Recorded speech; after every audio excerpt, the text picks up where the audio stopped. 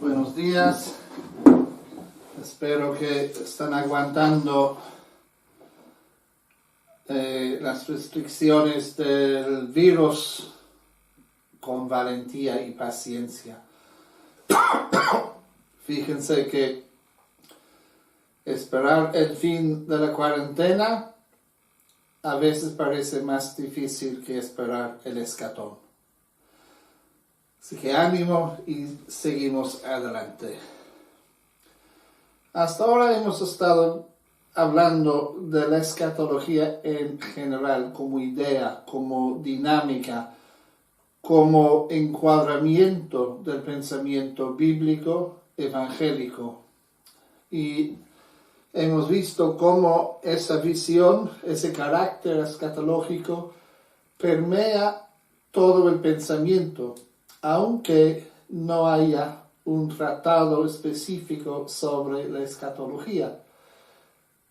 Y yo he estado diciendo que eso es no solamente interesante, sino importante, porque demuestra cómo la fe no es una cosa estática, sino siempre viva, que siempre se dirige hacia un futuro. Les quiero dar un ejemplo de esto a nivel pastoral, que es la confesión. Que nuestra preparación para la confesión desde la catequesis nos prepara para que llegamos a la confesión para contar lo que hemos hecho. Bien, ¿por qué hacemos eso? Porque nos da una idea de cómo hemos estado viviendo. Obviamente lo importante no es una lista detallada. No es tanto saber cuántas veces cada cosa.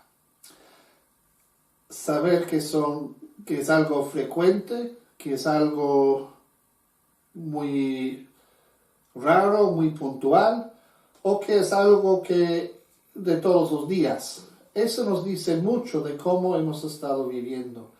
Pero en sí, la confesión tiene más que ver con el futuro que con el pasado.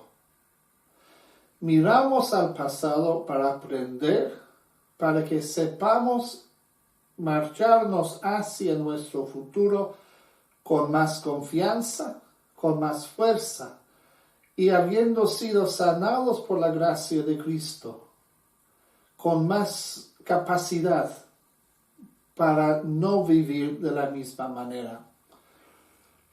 Si nos fijamos solamente en el pasado, vamos a ver una cosa que no es una cosa extraña a nosotros que nos confesamos. Si solo miramos al pasado, vamos a estar confesando las mismas cosas. Y con el pasar de los años, mucha gente se cansa y dice que no entiendo, Padre, no entiendo por qué siempre cometo los mismos pecados. Pues yo digo que comete los mismos pecados porque no ha cambiado nada. Si haces la misma cosa de la misma manera, siempre tendrás el mismo resultado. Si tú llegas a confesarte solamente con tu lista de pecados y solamente para informar qué has hecho, y sales de la confesión, es evidente que vas a hacer las mismas cosas. En cambio, si tú entras en la confesión diciendo, Padre, esas son las cosas que yo he hecho, examinando, reflexionando estas cosas, yo me doy cuenta de que A, B y C son cosas frecuentes, son matrices que yo identifico en mi vida, son cosas que siempre hago o siempre hago con ciertas personas. Reflexionando sobre ese patrón, uno puede aprender sobre sí mismo. Yo soy agustino y estoy convencido de las palabras de Agustino. Busca a ti mismo para encontrar a Dios. Busca a Dios para encontrarte a ti mismo. Aprender sobre mí me ayuda a acercarme a Dios. Yo soy la imagen y semejanza de Dios. Pero esa imagen, esa semejanza, viene ofuscada por mis pecados, las cosas que hacen que yo no vivo de la manera en que podría vivir. Yo de mí mismo hago algo menor de lo que podría ser. Aprendiendo de mi comportamiento, pidiéndole la ayuda de Dios, esa gracia divina, puedo comenzar a redirigirme por el camino correcto, el camino hacia la vida. Porque si yo miro solamente mis pecados, esa lista, si miro mis pecados como elementos de una lista, esa es simplemente información. Si yo identifico las raíces de esos pecados en mi vida, estoy abriendo la puerta hacia la conversión, porque estoy preparándome para cambiar el corazón. ¿De qué me vale si yo me voy a confesar y salgo para hacer las mismas cosas? Esa es la confesión de un niño. Pero siendo persona adulta, me es pedido algo mayor. Y pensando en la confesión como algo orientado hacia el futuro reino de Dios, hacia el escatón, me ayuda a ubicarme en el camino del discipulado. Y cuando yo, habiendo examinado mi pasado, me pregunto, ¿cómo quiero vivir? ¿Cómo quiere Dios que yo viva? Habiendo identificado los patrones que hay en mi vida, es mucho más probable que yo pueda cambiar algo, que yo pueda avanzar, dar pasos en la dirección correcta. Mi consejo siempre es que nunca intentes cambiar todo, porque será mucho, no lo vas a lograr y vas a estar desanimado. Comienza por algo alcanzable.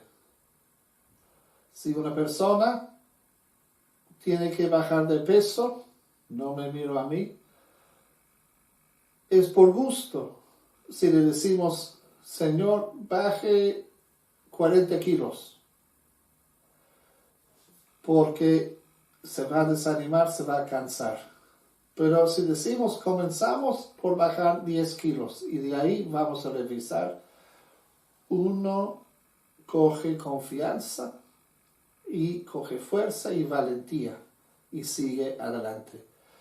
Y si ustedes ven las personas que bajan de peso con éxito, son los que han aprendido una nueva manera de alimentarse y de tomar ejercicio.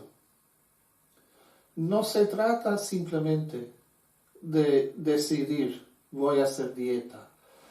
Ese tiene que formar una nueva manera de vida. Asimismo, la confesión nos dirige hacia una nueva manera de vida, pero por cierto, no solamente con nuestras propias fuerzas, sino también con el acompañamiento del Espíritu de Dios que nos guía en cada momento. Eso estamos viendo, que la escatología permea todo momento de la vida del cristiano. Pues bien, ahora quiero comenzar a ver algunos de los elementos, de las cosas puntuales, digamos, de la escatología. Y vamos a comenzar hablando de la resurrección de los muertos, la vida después de la muerte. A veces sorprende, pero en el Antiguo Testamento no encontramos una teología desarrollada de la resurrección de los muertos y de la vida más allá de la muerte. Solo en los últimos libros del Antiguo Testamento comenzamos a hallar los primeros indicios de esta creencia, con los Macabeos y con Daniel. Sin embargo, como hemos visto, los judíos tenían un concepto de una vida más allá de la muerte, solo que no era una idea muy reflexionada ni desarrollada, era una cosa más o menos vaga. Comenzando con el concepto de la herencia, vemos los primeros pasos hacia una afirmación de que la muerte no es el final del camino. Cuando yo estaba en Ecuador, siempre en los funerales cantaban el mismo himno. Tú nos dijiste que la vida, que la muerte no es el final del camino. Y se cantó tanto que para mí me resultó el himno más pesado. Si me muero en Panamá, no canten eso en mi funeral, ¿verdad? ¿Qué es este concepto de la herencia? Tomamos el ejemplo de Abraham. Dios llama a Abraham y dice, tu descendencia será como las estrellas del cielo y como los granitos de arena en la playa. Tu herencia, tu descendencia. ¿Qué significa eso? Abraham no espera, porque desconoce, una vida personal de él después de la muerte, pero él vivirá a través de la vida de su descendencia. Y la promesa hecha a Abraham en ese sentido es una promesa enorme, porque las estrellas del cielo, los granitos de arena en la playa, que estos son contables, que Abraham, por pequeño que sea en el mundo grande, llegará a ser inmenso a través de su descendencia. Eso es algo que para nosotros puede parecer extraño, solamente si vemos la actitud de los abuelos cuando nace un nieto. Que los abuelos, los papás también, pero los abuelos de una manera muy particular, experimentan una alegría enorme en saber que la familia continúa. Yo sé que en la realidad en Panamá la familia está en una crisis particular, que hay muchas familias que se han formado, separado y se han formado de otra forma, digamos. Pero sin embargo, la idea de que podría ser la familia tenemos claro. Y saber que el nombre permanece vivo es algo importante. ¿Cuántas veces, por ejemplo, vemos que en una familia los hijos suelen tener el mismo nombre? Uno de sus nombres será el nombre del abuelo, pero ese se pasará de una generación a generación. Eso mismo vemos también con la cuestión de el rey. Por ejemplo, esa figura del rey que mencionamos antes, David, Saúl, que su casa perdurará por siglos. O sea, esa idea, de que la promesa de Dios no se cumple simplemente en la vida de uno, sino que implica su cumplimiento más allá de la vida particular de uno. Con los Macabeos vemos el primer ejemplo bíblico de la creencia en la vida más allá de la muerte, y se basa en el concepto de la fidelidad. Los macabeos son fieles a la alianza. Dios no puede ser infiel a ellos. Los que se mueren por ser fieles serán recompensados por su fidelidad con una vida más allá de la muerte cruenta que sufren por su cumplimiento de su parte de la alianza. Ellos mueren por la alianza. Dios fiel, sumamente fiel a la alianza, no les puede negar ni olvidar. En el libro de Daniel podemos apreciar cómo esta creencia de la resurrección de los muertos se aplica no solo a los buenos, los fieles, sino también a todos los hombres. Es una idea muy importante y coherente con lo que vemos en el Antiguo Testamento. Dios sigue siendo fiel, aun cuando los humanos, los hombres, fallan. El perdón es implícito en la dinámica de la alianza. Nosotros ya habíamos visto el ejemplo de David, pero David y su historia realmente es una historia emblemática del Antiguo Testamento, porque David es escogido por Dios. Y David es el que nadie escogería. Cuando baje el profeta a la casa de Jesé buscando ungir el rey,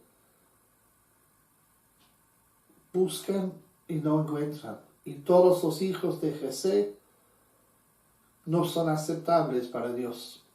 Por fuertes y grandes que sean, no son aceptables. No tendrás otro hijo, dice el profeta. Y Jesé dice, tenemos el más pequeño que está cuidando las ovejas. O sea, está haciendo la cosa más tonta. Llámenlo. Y lo llaman y enseguida fue ungido. ¿Qué características, qué cualidades tiene para ser escogido como rey? Nos dicen que es rubio con ojos azules. Rubio con ojos azules es la única cualificación que tiene para ser rey. Si un político se presentara para ser elegido, diciendo que yo soy rubio con ojos azules, voten por mí, todo el mundo se burlaría. Pero ese escogido por Dios es especial. Pero vemos cómo no cumple, vemos cómo falla muchas veces, pero Dios lo sigue exigiendo, lo sigue siguiendo. Dios sigue siendo fiel a su alianza, por tanto que falle el hombre. Bueno, aquí me paro porque me buscan, perdonen.